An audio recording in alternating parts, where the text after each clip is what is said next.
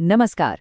चलिए आज एक ऐसी चीज के बारे में बात करते हैं जो हमारी जिंदगी का एक बहुत बड़ा हिस्सा बन चुकी है, भले ही हमें इसका एहसास हो या ना हो।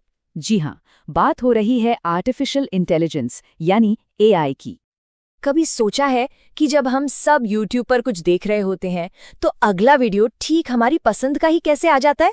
यहाँ गूगल असिस्टेंट को कैसे पता चल जाता है कि मन में अगला सवाल क्या आने वाला है? इन सब के पीछे ना एक ही अदृश्य शक्ति काम कर रही है। तो ठीक है, चलिए इसमें और गहराई से उतरते हैं। हर तरफ एआई की ही बात हो रही है, लेकिन आखिर ये भला है क्या? चलिए इसे बिल्कुल आसान भाषा में समझने की कोशिश करते हैं। तो सबसे पहली और सबसे जरूरी बात, एआई का मतलब है कृत्रिम बुद्धिमत्ता। मतलब एक ऐसी मशीन जिसे इंसानी दिमाग की तरह सोचने, नई नई बातें सीखने और फिर जो कुछ भी सीखा है उसके आधार पर फैसले लेने के लिए बनाया गया है। ये कोई मामूली प्रोग्राम नहीं है, ये तो एक सोचने वाली मशीन है। और ये कोई साइंस फिक्शन वाली बात नहीं है जो भविष्य में होगी। ये तकनीक आज अभी हमारे साथ है। जब भी हम अपने फोन पर गूगल असिस्टेंट से कुछ पूछते हैं या जब यूट्यूब हमें हमारी पसंद के वीडियो दिखाता है, ये सब का सब एआई का ही कमाल है। अब सवाल ये उठता है कि भाई एक मशीन ये सब कुछ कर कैसे लेती है? तो चलिए आगे बढ़ते हैं और देखते हैं कि इसके पीछे का मैकेनिज्म क्या है, ये काम कैसे करता है।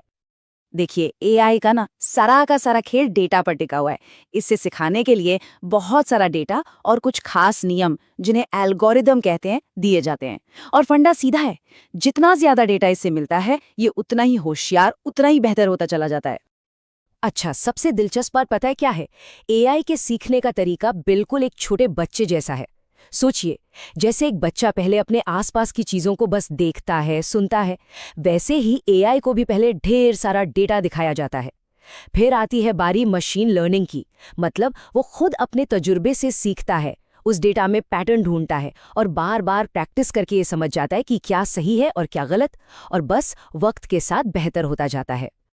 तो अब जब हमें ये पता चल गया है कि ये है क्या और काम कैसे करता है, तो चलिए अब देखते हैं कि आज हमारी जिंदगी में ये कहाँ-कहाँ अपनी जगह बना चुका है। और ये सिर्फ हमारे फ़ोन तक की बात नहीं है। आज तो एआई सचमुच हर जगह है।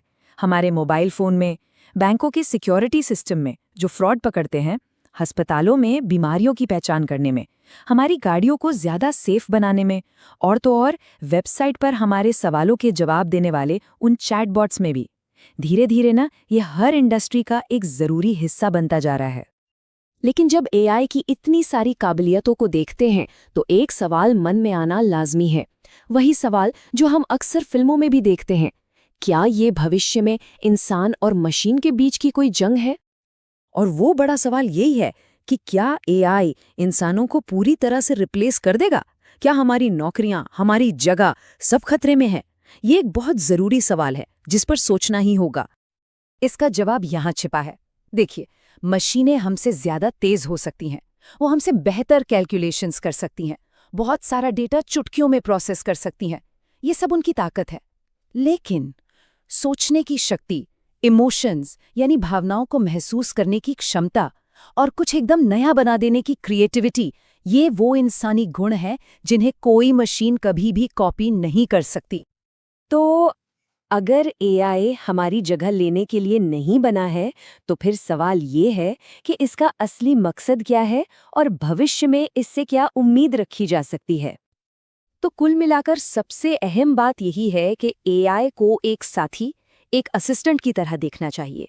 इसे बनाया ही गया है इंसानों की मदद करने के लिए, उन्हें रिप्लेस करने के लिए नहीं। ये एक बेहतरीन औजार है जो हमारे काम को और आसान और बेहतर बना सकता है। तो आखिर में एक सवाल जो हम सबको सोचना चाहिए, भविष्य में हम इस जबरदस्त टेक्नोलॉजी का इस्तेमाल दुनिया की बड़ी बड़ी मुश्किलों को सुलझाने में कैसे कर सकते हैं? जैसे कि क्लाइमेट चेंज, बीमारियों का इलाज या फिर गरीबी को मिटाने में? इसका जवाब हम सबको मिलकर ही खोजना होगा।